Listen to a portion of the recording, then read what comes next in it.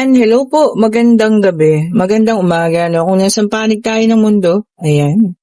Sana po ay nasa maayos kayong kalagayan sa pagpapanood ng bagong video na ito natin ngayong gabi na ito. Ayan, ano po. Ayan, magandang gabi po sa inyong lahat. Ayan. Shuffle muna natin yung mga cards po, ha? Okay po. At kaninong reading itong makukuha natin ngayong gabing ito, no? Pwedeng sa kanya, pwedeng sa'yo, pwedeng kung kanino man. Take only what resonates pa rin po, ha? Take only what resonates pa rin. Okay po. So, sa unang card, meron tayong Knight of Cups. Then, meron tayo ditong the Death card. And meron tayo ditong Six of Pentacles. Ang bilis ng mga baraha, no? Ayan. Nagmamadali. And meron tayo ritong Four of Pentacles. Ayan. Tingnan pa natin. Tingnan pa po natin. And we have here the Ace of Swords.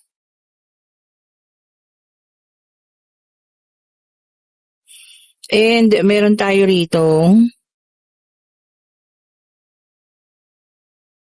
Seven of Swords. Okay.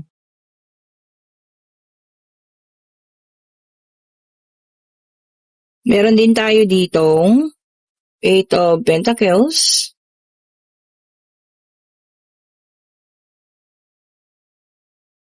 And we have here the Four of Wands. O ayan, so kompleto na ang situational reading natin ngayong gabi, no. Medyo mabigat ito kasi meron tayo ditong nakitang iniwanan or umalis, no. At nagtapos na relasyon. O ayan ha.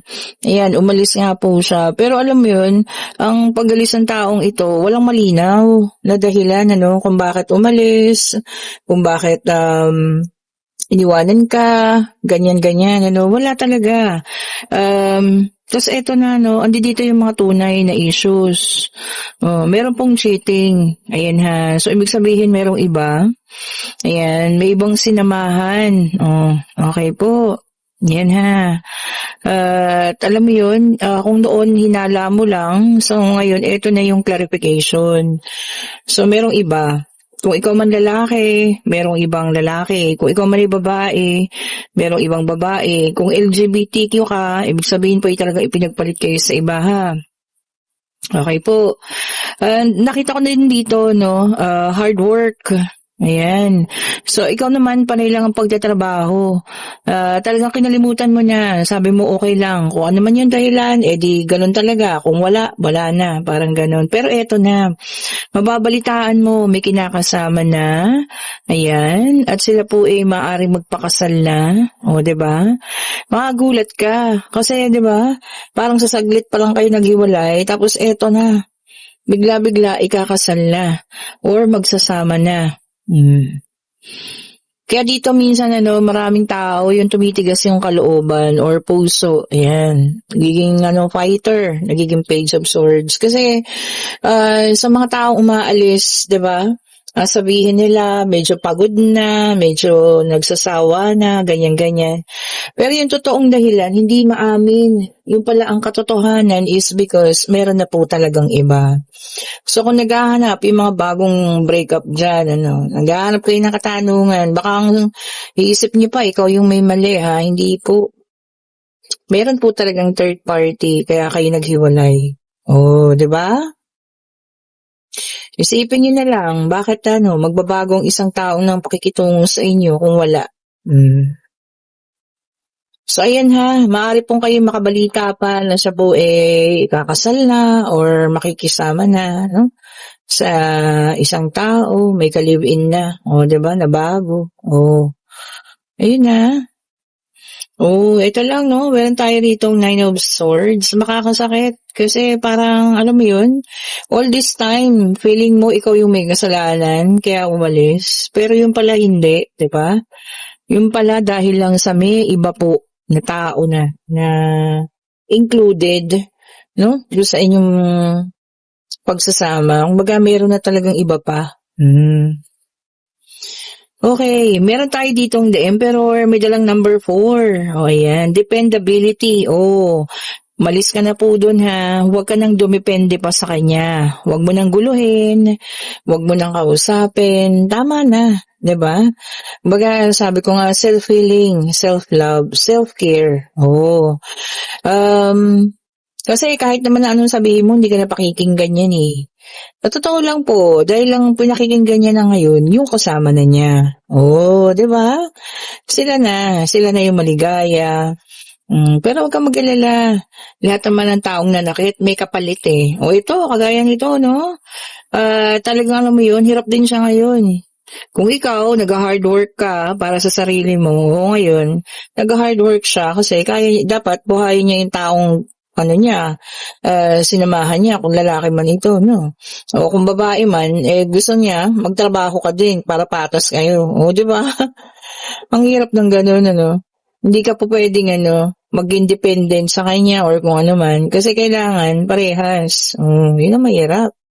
Parehas kumikita, parehas kumikilos, which is okay naman. Pero alam mo yun, ang mga babae, talaga namang hindi tamad, di ba? Talagang kayang-kaya rin magsabayin yan, trabaho, bahay, Pero ang hirap lang kasi parang wala kang masasandalan pag ganyan po yung tao, no? And we have here the Hierophant, may dalang number 5. Ayan. Sabi niya rito na knowledge, sabi niya ganun.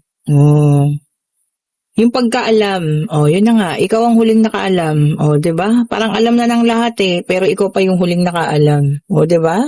Kung ano talaga yung tunay na dahilan. Sakit, no? Alam na ng lahat, walang nagsasabi sa'yo dahil una siguro ayaw nilang makialam, pangalawa ayaw kanilang masaktan, 'di ba? So gusto nila na talagang, alam mo yun, ikaw na mismo yung makaalam sa mga darating na panahon. 'Di ba? And we have here the devil. Ayan, na may dalang number 15. Sabi niya rito, affection. So, sa ngayon, siguro sobra-sobra pa yung affection mo sa kanya. Masakit, kasi syempre, feeling mo, tinraidor ka, 'di ba? Ano't ano man, matatapos at matatapos din yan Unahin lagi po ang sarili. And we have here the 3 of Wands. Ito na nga, pagtalikod, kagaya niya, no? Talikuran na. Kasi sabi ko nga sa'yo, no, kahit ano pa sabihin mo dyan, basta't meron ng iba, hindi ka na po niya pakikinggan. Hindi na ikaw yung priority niya ngayon eh. Ibang tao na. So, yun ang tanggapin mo, Hindi ka na po niya kakausapin, ayaw ka na niyang makita, mga ganyan yung mga alibay. Yun po kasi yun. Kasi nga, meron ng iba po. Tignan pa natin. Ito, 2 agad. And we have here the 10 of Swords. Sakit, no? Backstabbing. Ang pangyayari kasi, talaga naman, binackstab ka, betrayal yan, diba? Talagang, sabi ko nga ikaw na yung huling nakaalam sa mga pangyayari Pero ganun po talaga Diyan ka babangon sa sakit na yan. 'Di ba? And we have here the Knight of Cups. Huwag kang mag-alala, meron at meron pa rin pong parating para sa iyo. 'Di ba? Ang ganda. So, at the end of the day, anumang sakit ang dinanas mo, anumang hirap ang naramdaman mo, meron at meron pa rin po na taong paparating para sa iyo.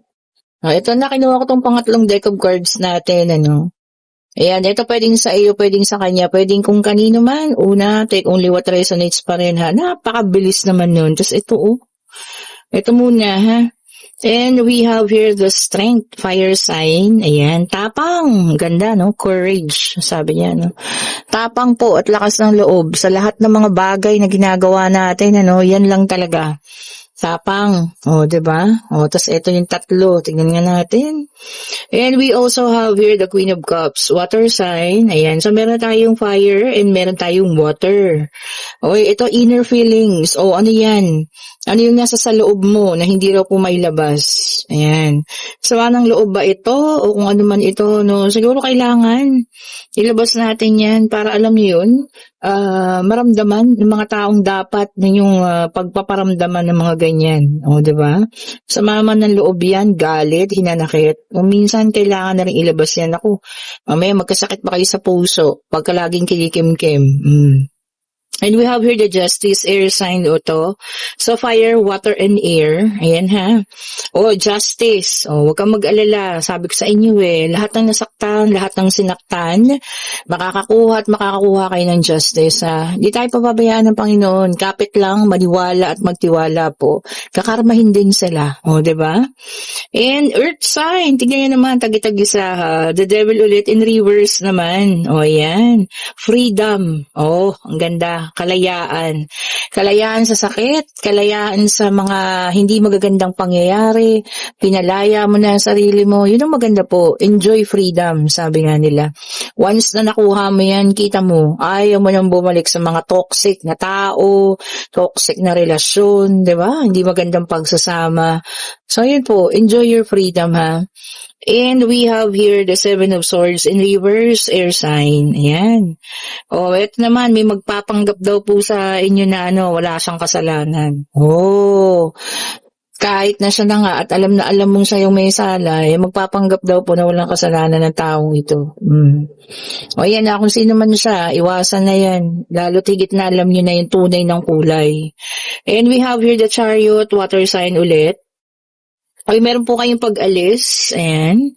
Maaaring may pag-travel ha. Probinsya man ito, ibang bansa o kung saan man. May pag-travel po. Oh, ingat. Ayan. Ingatan lagi ang sarili ha. Ingatan po. Oy, ito na sila. Oh. And we have here the Queen of Pentacles naka-reverse, ang ating earth sign. Sabi niya, financial independent. Oh, yun ang maganda. Maging independent din sa financial. Tapos may freedom ka. Oh, ang ganda nun. Ibig sabihin, kayang-kaya mong gawin lahat ng gustuhin mo. Diba? Meron kang salapi, meron kang financial, may freedom ka kahit saan mo gustong pumunta. Mas okay po yun kaysa yung taong narcissist na nagko-control sa inyo. Diba? And we have here the Hierophant earth sign. Ayan. Naka-reverse ang ating the Hierophant. Oh. Yung iba naman sa inyo, no?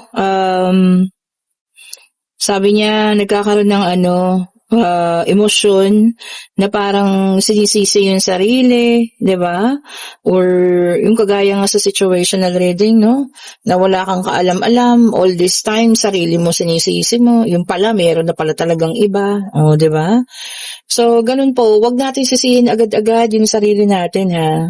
Kasi kagaya nun, yung all this time, ikaw na lang yung hindi nakakaalam, yung pala, meron na talagang iba. Patawarin ang inyong mga sarili, ha? O, sa lahat ng may katanungan dyan, pag-ibig, pangyayari, financial, kung ano man ang gusto niyong malaman, ayan. Tanong ninyo ang inyong mga katanungan po, dyan sa inyong isipan. Divine Universe, ano pong sagot mo? Divine Universe, ano pong sagot mo? Ayun na. And ang sagot po ay maaari. Marami talaga sa atin, talagang sinama ko sarili ko, di ba? Na talagang gusto na sa mas kalmado, mas tahimik. Yung naka-healed na, moving forward, sabi nga. Mas maganda yun. Sabi ko nga, enjoy your freedom. Enjoy your financial freedom as well. Mas maganda kalmado, tahimik, para kahit saan tayo magpunta, di ba? Okay na okay tayo, walang kumokontrol, walang taong, alam mo na yun, narcissist, di ba? Okay po, at kung kayo nasa situational reading, na talagang ngayon mo lang malalaman, yung talagang root, o kumbaga yung ugat ng pinaghiwalayan ninyo, masakit, pero alam mo yan, kailangan na mag-move forward, ha? Hindi tayo dapat magpatalo sa kung ano man yung mga balita na darating man sa ngayon. Total, tapos naman na, tanggapin. Masakit man, pero kailangan tanggapin para makapag-move forward na, ha? And enjoy your freedom. Sabi ko nga, enjoy mo na yan. Okay po? Thank you so much for watching. Ayan, magandang gabi po sa inyong lahat. Pa-like, pa-share, subscribe, and hit the notification bell po para lagi kayong updated sa mga bagong videos na nire-release natin. Maraming salamat po sa mga nag-order. Ayan, sa lahat po ng gusto ng private reading on Friday, mag-chat na kayo.